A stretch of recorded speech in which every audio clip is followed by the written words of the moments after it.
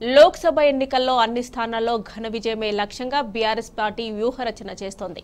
దీనిలో భాగంగా party working president KTR Telangana భవన్లో పార్టీ నేతలతో వరుస సమావేశాలు నిర్వహిస్తున్నారు. ఇవాళ మెదక్ పార్లమెంటరీ నియోజకవర్గ స్థాయి నేతలతో పార్టీ వర్కింగ్ ప్రెసిడెంట్ కేటీఆర్ సమావేశమయ్యారు.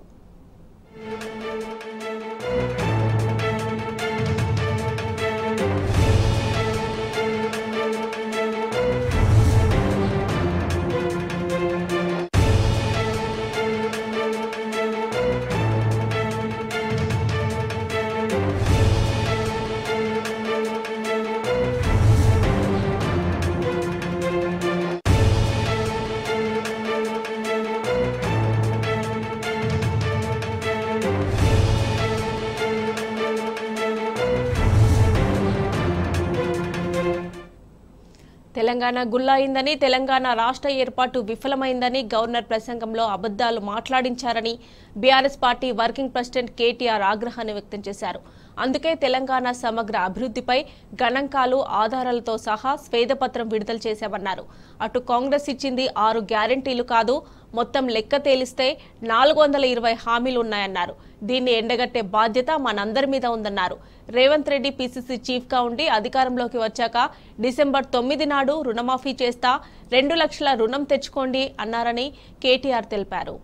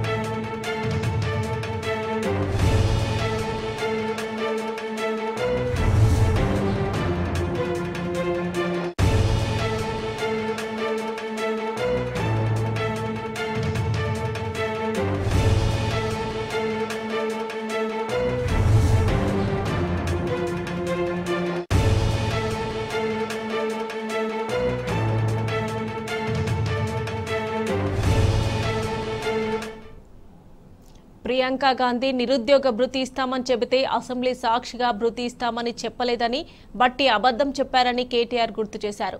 పాలమూరు రంగారెడ్డి ప్రాజెక్టుకు జాతీయ హోదా తెస్తామని కాంగ్రెస్ నేతలు హామీ ఇచ్చారు. కానీ అది సాధ్యం కాదని మొన్న సీఎం ఢిల్లీ పర్యటనలో స్పష్టమైందన్నారు. ఇక కాంగ్రెస్ నేతలు నోటికి ఎంత వస్తే అంత అనుకుంటూ హామీలు ఇచ్చారు. అందుకే 420 హామీలను చేసేదాకా విడిచిపెట్టమని కేటీఆర్ స్పష్టం చేశారు. ప్రధాని అదానీ ఒక్కటని విమర్శలు చేసిన రాహుల్ గాంధీ, రేవంత్ రెడ్డి నేడు ఆయనతోనే ఒప్పందాలు కుదుర్చుకున్నారన్నారు కేటీఆర్. రాహుల్ గాంధీ నిన్న అదానీని తిడితే రేవంత్ రెడ్డి అదే సమయంలో దావోస్లో ఒప్పందం చేసుకున్నారన్నారు. నోటికి వచ్చినట్టు మాట్లాడిన కాంగ్రెస్, బీజేపీ నాయకుల అసలు రంగు బయటపడిందన్నారు. ఇక కేసీఆర్ ఉన్నంతకాలం అదానీ తెలంగాణలో అడుగు పెట్టలేదన్న కేటీఆర్, కాంగ్రెస్ రాగానే ఎలా పెట్టుబడులు పెడతానంటూ వస్తున్నారన్నారు. బీఆర్ఎస్ అధినేత కేసీఆర్ పార్టీ సీనియర్ నేత హరీష్ రావు నాయకత్వంలో క్రియాశీలకంగా పనిచేయడంతో గత ఎంపీ ఎన్నికల్లో అత్యధిక మెజార్టీ సాధించామన్నారు వర్కింగ్ ప్రెసిడెంట్ కేటీఆర్. ఈసారి కూడా మెదక్లో గులాబీ జెండా ఎగరబోతుందన్నారు. ఇందులో ఎలాంటి సందేహం లేదన్నారు. గత 10 ఏళ్లలో తెలంగాణ తరపున గళం విప్పింది మన బీఆర్ఎస్ ఎంపీలే అనే విషయాన్ని మర్చిపోవద్దన్నారు. రాష్ట్ర ప్రయోజనాలు కాపాడేది బీఆర్ఎస్ మాత్రమే అన్నారు కేటీఆర్గా. మన బలం, మన గలం, మన గులాబీ జెండా పార్లమెంట్లో ఉండాలి, లేకుంటే తెలంగాణ ప్రయోజనాలకు నష్టం జరుగుతుందని, ఇదే విషయం ప్రజలకు చెప్పాలి, నిరాశ వీడాలి, బయటకి రావాలని పార్టీ శ్రేణులకు కేటీఆర్ పిలుపునిచ్చారు.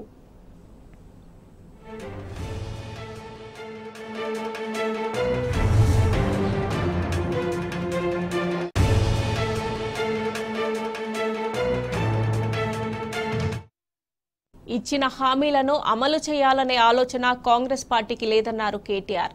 అదానిని రాహుల్ గాంధీ విమర్శిస్తారు.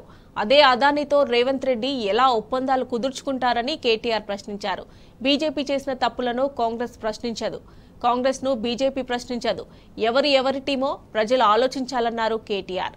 బండి సంజయ్ బాహాటంగా కాంగ్రెస్ బీజేపీలు కలిసి పనిచేయాలంటారు. ఎవరికి ఎవరు దోస్తులో బండి సంజయ్ వ్యాఖ్యలను బట్టి అర్థం చేసుకోవచ్చన్నారు కేటీఆర్. ఇక మెదక్ పార్లమెంటు నియోజకవర్గం బీఆర్ఎస్ కు కంచుకోట అన్నారు కేటీఆర్. అసెంబ్లీ ఎన్నికల్లో వచ్చిన ఓట్ల ఆధారంగా చూస్తే కాంగ్రెస్ కన్నా బీఆర్ఎస్ 2,48,000 ఓట్ల ఆధిక్యంలో ఉందన్నారు. మెదక్ పార్లమెంటు నియోజకవర్గంలో భారీ మెజార్టీతో గెలవాలి. కాంగ్రెస్ ఎన్నికలప్పుడు ఒక మాట, ముగియగానే ఇంకో మాట మాట్లాడుతుందని కేటీఆర్ ఆగ్రహాన్ని వ్యక్తం చేశారు.